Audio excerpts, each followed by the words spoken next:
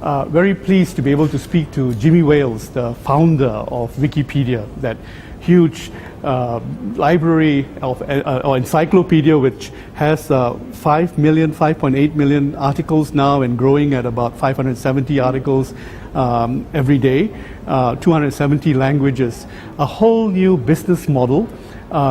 Just talk us through a little bit about the early days of Wikipedia, what it took to kickstart the idea of a collaborative momentum. Now, I ask this with a little bit of evil in my mind because when we think about Alibaba, for example, Jack Ma says that in order to get Alibaba going, the first 100 transactions were fake. They actually had to buy back the goods that were being displayed on their website. So there's this whole thing about starting a business, a collaborative momentum, as it were. What was it like with Wikipedia?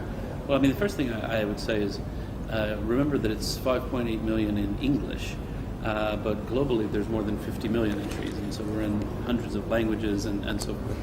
So that's a big place to be today, but of course, in the very beginning it was very small. People always ask what were the first articles in Wikipedia, and the truth is some of the early article history was lost, so we're not exactly sure, but I do know what the first words were. The first words in Wikipedia were "Hello World," because I know because I wrote them myself. When I had installed the software and I was testing, I just typed "Hello World" to see if it would work. In the early days, what was interesting about Wikipedia is that we had a prior project which was not successful called Newpedia, which was the same vision, a free encyclopedia for everyone.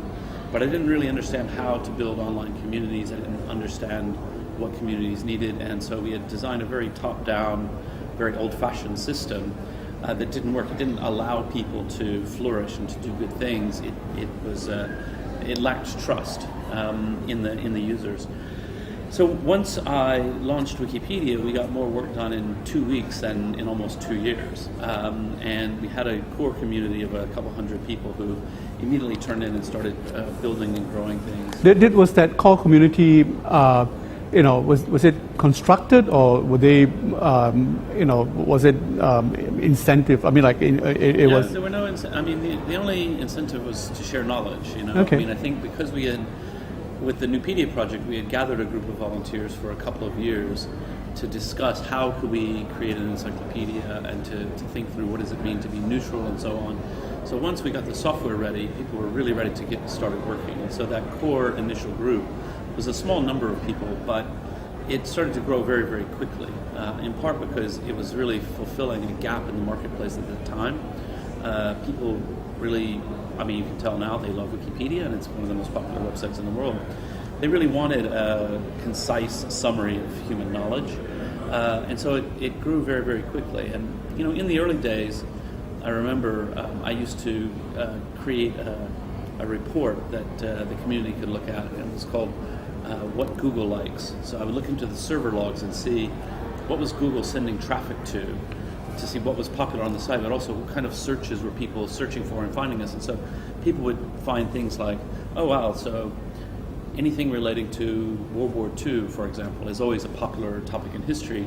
And they would say, oh, well, look, this is World War II things are popular, let's build more World War II things. Or they would say, oh, we see that, we have 5 of the 9 planets. Yeah. Well, there were 9 back then, I guess 8 right, now. And back to 9 again. So it's like, And so, they were eager to grow, and it was interesting because it was a group of volunteers, but they took very seriously the idea of if we wanted to be successful, we needed to write things that people found interesting. Okay, so that was one. And how much of it was technology, as in? Almost none, almost no technology. The Wikipedia, the wiki, So the concept of wiki, meaning a website that anyone can edit, had actually been around for about 6 years. There's a great programmer, lovely guy called Ward Cunningham who invented wiki back in 1995. And then in 2001 is when I started Wikipedia and tried to apply the wiki idea of this really open editing system to the encyclopedia. But of course, even today, the amount of technology involved in Wikipedia is really very tiny. We have very minimal use of algorithms and things like that. There's a little bit, but even what little bit we have is mostly supportive and experimental more than anything. So then, what went wrong with Wiki Tribune? Nothing's gone wrong with Wiki Tribune. Okay. No. In that here you were taking it one more notch in that you're covering news and credible news. So and participatory news. It's almost like street journalism online. But you did have a setback in that the formal editing process was not able to capture. Sure. So I mean, basically what I talk about is actually kind of amusing. Is before Wikipedia, I had the project called Newpedia, which was very top-down, editor-in-chief, people reviewing things, and nothing could get published until it went through this process. Then I started Wiki Tribune, and I made the same mistake again. I hired a very senior editor. There was a review process, and the problem with that model is that it's very intimidating for volunteers. You're going to submit your work to a very senior editor who's going to judge whether it's good or not. It's very hard for people as opposed to collaborating in a community. But I still think that pure citizen journalism is not enough, that citizens can do a lot in the area of journalism and can produce quality work. We see this at Wikipedia, but you actually do need professional journalists, although you need them for different things than what a lot of journalists think. A lot of journalists think that ordinary people don't have good news judgment, but I think sometimes they have better news judgment because they know what they're actually interested in, not what chases clicks. But they're not good at going out and doing interviews. They may be a little shy about that. They're really good at desk research. And so we're feeling our way forward, and right now we're in a mode of building that community, giving them the power, like really going wiki and saying, let's figure this out together.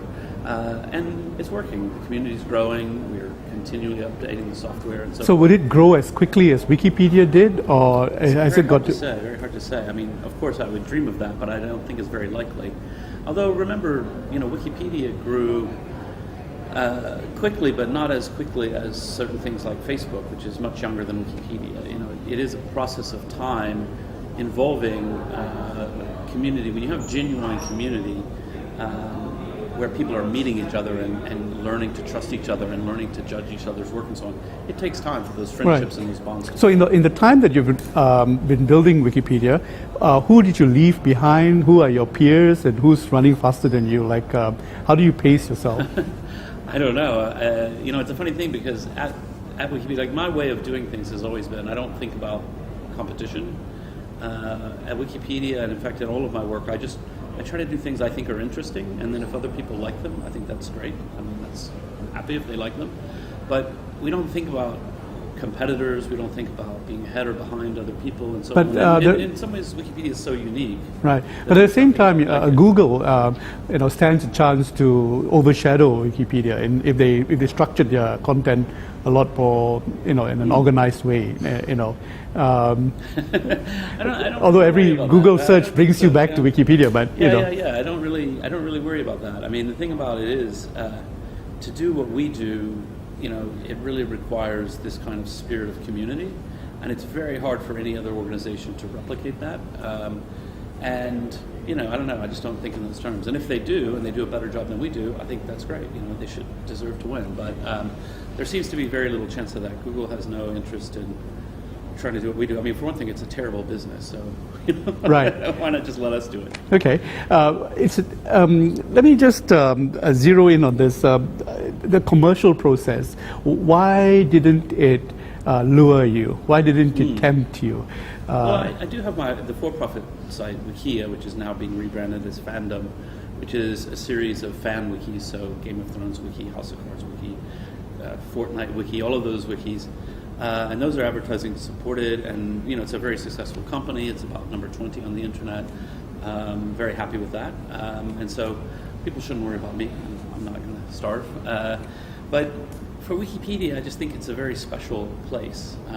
My vision for Wikipedia has always been for it to be like a temple for the mind, a very high quality place, a place to go and think and learn and reflect. And I think it's important for our mission that Wikipedia is driven fundamentally by supporting the community to share knowledge rather than fundamentally looking at ad revenue or page views or metrics like that, which I think would distract us and lead us down a bad path. I mean, there are a lot of companies, a lot of internet companies, Google and Facebook, who do think of themselves as being very global, and they are focused on every person on the planet. But in terms of their actual commercial investments, obviously they make a lot more investments in getting the next million viewers in California than the next million viewers in Nigeria, simply because the ad revenue is so much better. Right, and then it becomes screwed up that way. I mean, it was screwed in whichever direction. So although I think they do a good job for idealistic reasons of supporting smaller languages and things like that, and so I applaud them for that, it's not fundamental to their mission in a way that at Wikipedia it is fundamental to our mission. When I think about businesses that have taken over these collaborative platforms, GitHub was bought by Microsoft recently. Is it inevitable that once you have that ecosystem that someone commercial is going to be interested in you? Don't know, maybe. Again, I don't think so much about commercial versus non-commercial, and I don't find that problematic. I mean, if Microsoft does a good job of running GitHub has never been a charity. It's never been a idealistic place. It's a tool, a very useful tool, with a big community around it, and that's fantastic. There's lots of ways they could screw that up. They would be foolish if they did, but companies make mistakes all the time. But I think it's hard to say. Yeah. So the reason I'm very impressed and very intrigued by what you've built is that you stand on one extreme of the continuum from commercialization and community. And today you have a whole range of institutions, banking, finance, which is where I come from, large institutions trying to harness the digital to survive.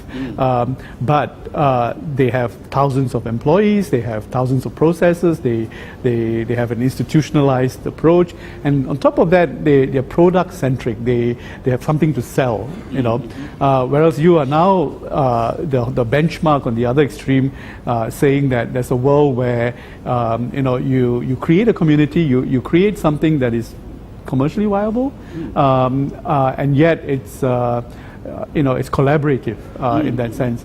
And in the middle, all these other elements, like you've got APIs, for example. Should APIs be institution-centric or community-centric? In other words, it's driven by the user, rather than the producer. It's user-driven rather than provider-driven in that sense. Where are you in your thinking about commercialization and building an institution? Do you think that we are now heading to a world where the formal institutional structure is not able to carry the digital? Well, I mean, I think one of the things that a lot of organizations need to think about is how transforming the business to be more open can benefit you in ways that are very difficult to predict and can be very surprising. So the idea of, let's say you've got some sort of an API to interact with a financial service or something like this. Well, generally speaking, most banks, for example, they don't really open up those APIs to third parties in a very minimal way with very heavyweight partnerships. But you can imagine if someone said, look, well, here's the API, here's the login protocol. They become as open as a lot of other traditional internet services. And then people can build apps on top of that and build interesting things on top of that. I mean, a lot of that is happening, of course. But I think oftentimes it's happening in a very, very narrow kind of way. And what this means is that we're not seeing the kind of innovation that we could potentially see. And I do think that some organizations, financial services of all kind, and then we can look beyond financial services and all kinds of organizations, they are beginning to recognize that, actually, it's incredibly powerful to be a platform. And so rather than thinking of ourselves as a narrow vertical institution that does this one type of business, and we have partners to say, actually, let's be a platform where all kinds of interesting things can take place on that platform. That's a very sort of high-level philosophical, what does that mean in practice? Right. That's going to vary in context from situations. I'm sure you get requests for collaborations from institutions, businesses coming to you saying, can I create an API link with, Not so much. Not so much? Okay. But what sort of collaborations do you have with businesses? Not very many. I mean, so with Wikipedia, we have some collaborations with galleries, libraries, archives, museums, so those types of places. So people who have huge public archives of photos, Knowledge, for example, yeah. that are in the public domain. They're not under copyright, and the institution that is managing them has a public service mission. Then many of them are beginning to realize, well, look, if our mission is public service, we need to be on Wikipedia, we need to be partnering with Wikipedia, because that is how the public is accessing culture today. Right. So we do have a lot of those kinds of partnerships, but in terms of other, sort of tech partnerships and things like that, it's very minimal. Right. But where is the technology taking you? Were you on PHP before? Like, you have you're written on, you write on MediaWiki. Yeah. Is the coding technology moving away from the server side to the client side? I mean, a little bit, but for us, we're quite old-fashioned. So the way Wikipedia works, we really strive to make sure that we're accessible. So accessible is really important to us, including accessible on older browsers and things like that. Also, the nature of Wikipedia is the content is largely static, things you come and read. And so that doesn't require a huge front-end interface. It's basically just pages from the server and you read them. The editing interface has become more JavaScript-oriented as we've moved to the visual editor, which is a more sort of modern graphical, more like a word processor than the old-style wiki editing. So there is some of that stuff that's moved to the front end. But in large part, I don't foresee any major shifts in our technology. Now that's talking about the website proper. There's of course also the mobile, so the rise of mobile. So we are investing money in improving our app and being good on that, our mobile website. We now see over 50% of our page views are mobile, and that's really important. It also raises some interesting challenges for us when we think about the growth of Wikipedia in the developing world, where the next billion people are coming online very quickly, but they're coming online on mobile devices, and so they're not necessarily able to contribute to Wikipedia in the same way. It's very hard, even if we do a fantastic job on mobile editing. Obviously, it's a screen this big, and you're typing. It's not right. easy. And so we think about that, and we think about well, how do we empower people to do what they can? Maybe they're editing smaller chunks of text. Maybe we make new tools to make that process as good as it can be. Right. And so those are the kinds of tech changes that we have to keep. Right. So when you mentioned platform, right, and that's a phase in itself, which is a platform economy. You've got the Facebooks and so on, and not so much Wikipedia, but your peers, Facebook, Google. There's been a kind of a move towards personalization, increased ownership, and both in terms of security as well as curating it for the person in that way. So as that evolves, do you think that this platform approach is got a lifespan still? Well, I do, but I think we're probably seeing a little bit of a backlash against that algorithmic curation because it brings in a lot of complicated problems, right? So for Wikipedia, we have very little of that. I know they were showing me on the app, there's a little bit of suggesting articles to people based on what other people have read and things like that. And we're looking at that a little bit. But because our objective is not to maximize page views and maximize time on site, because our business model is so different. And that's probably worth pausing for a second to explain what I mean. So for Wikipedia, we're a charity, but even so, we have a business model, so to speak. And that business model is to ask people to donate money to support Wikipedia. In order to get someone to donate, they have to love Wikipedia. They have to say, this is improving my life, right? Yeah. And it's a meaningful thing to me. If our business model, or if you're Facebook, for example, your business model is total ad impressions, ad page views. So it's about targeting the ads, it's about getting people to stay on the site longer. And for that, then the algorithm is pushing towards keeping you on the site as long as possible, which means that algorithmically showing you tempting things to keep you going is really important.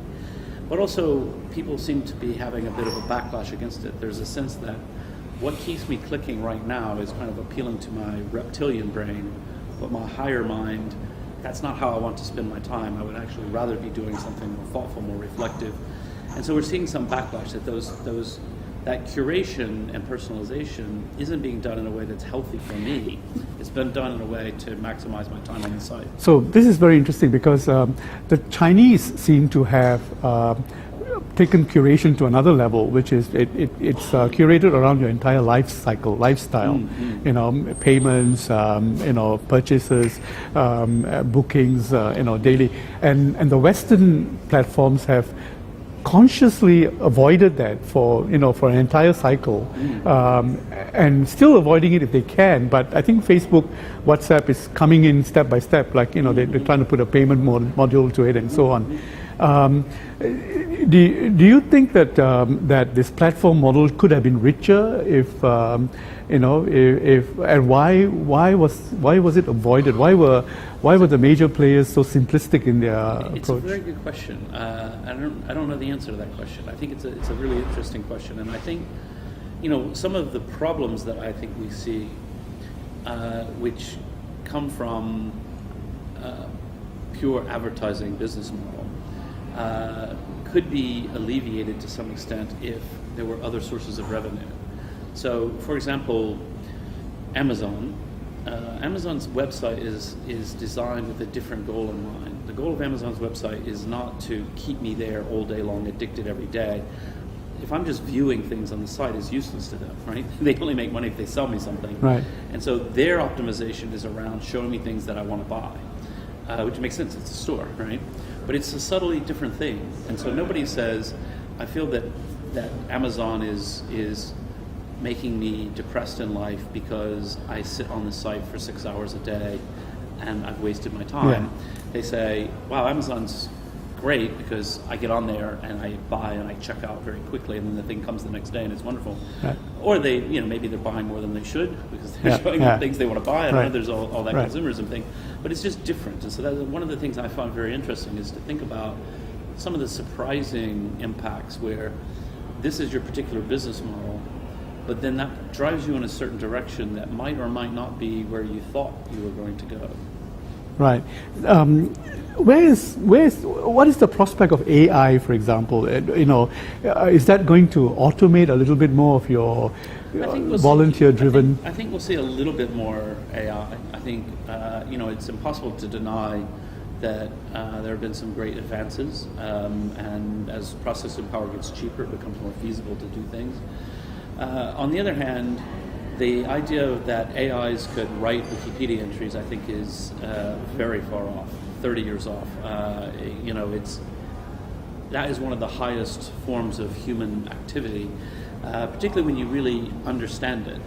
If you've not done it, you know, people who aren't, for example, maybe journalists or publishers or writers of some kind, they sometimes don't realize the amount of complexity involved.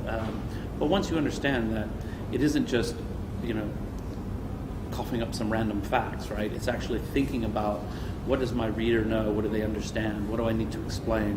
What are the most important highlights here? What are the things that I need to include or not include? Now you're talking very high level cognition that's far beyond any AI that we have today, even as we move into things like driverless cars. But if you really think about the process of driving, you know, you've got machine vision. That's an impressive achievement. But it's basically, here's the car, don't crash into anything, you know, and it's sort of a bunch of parameters around that. And obviously, it's not easy. I don't mean to demean that work, but it's nothing remotely like writing an original Wikipedia entry, or even more, writing an original news story. So I think we're pretty far away. At the same time, I think there's some really exciting and interesting concepts around the scale of Wikipedia and the kinds of things that might happen. So, for example, machine translation is still pretty terrible, but it's a lot better than it used to be. And it gets to the point where you can now imagine, and we're doing some of this, and it's becoming more popular with the community because finally it starts to be usable. But if we think about a language like Tamil, right, which has over 100,000 entries in Tamil Wikipedia, some of those entries will not be in English Wikipedia. They'll be about something local, a local temple, a local politician, and they don't exist in English Wikipedia. So now if we can imagine a machine translation from Tamil into English that won't be perfect, but if it's pretty good and it enables the community to take something and quickly to fix a few small problems, That's an amazing tool for transferring. Now, and the reason I go in that direction is everybody thinks, oh, now you can translate English to Tamil, but I think this is that's too simplistic, right? Yeah. And it's also too simplistic because I wouldn't be in favor of that sort of mass translation of because your reader is different, what their context, what they need is different. The cultural assumptions and biases from English speakers that they haven't thought of certain things. It's all there, and so we need to be a bit more thoughtful about that. But you can also imagine a tool where you've got two, like, let's say I would love this tool. Suppose I could take the Arabic Wikipedia entry on Yasser Arafat and the Hebrew Wikipedia entry on Yasser Arafat, translate them both into English, and then compare them. That's a really interesting nuanced, and I could say, like, but of course right now that translation is such a raw force. It's raw. It's not very good. You can't really understand the nuance.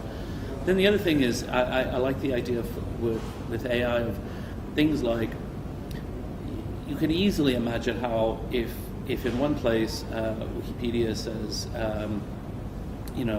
this person was born in 1934, and then somewhere else says this person was born in 1935.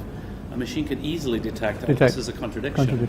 But I think we can go even a bit more than that to say, here are two sentences that are in tension with each other. They could be both true, but it's sort of, they don't seem like they are compatible. And a computer cannot understand that, but I think we've got a level now of linguistic analysis and that you could flag that up to a human to say, gee, we seem to be saying something completely different over here. Yeah.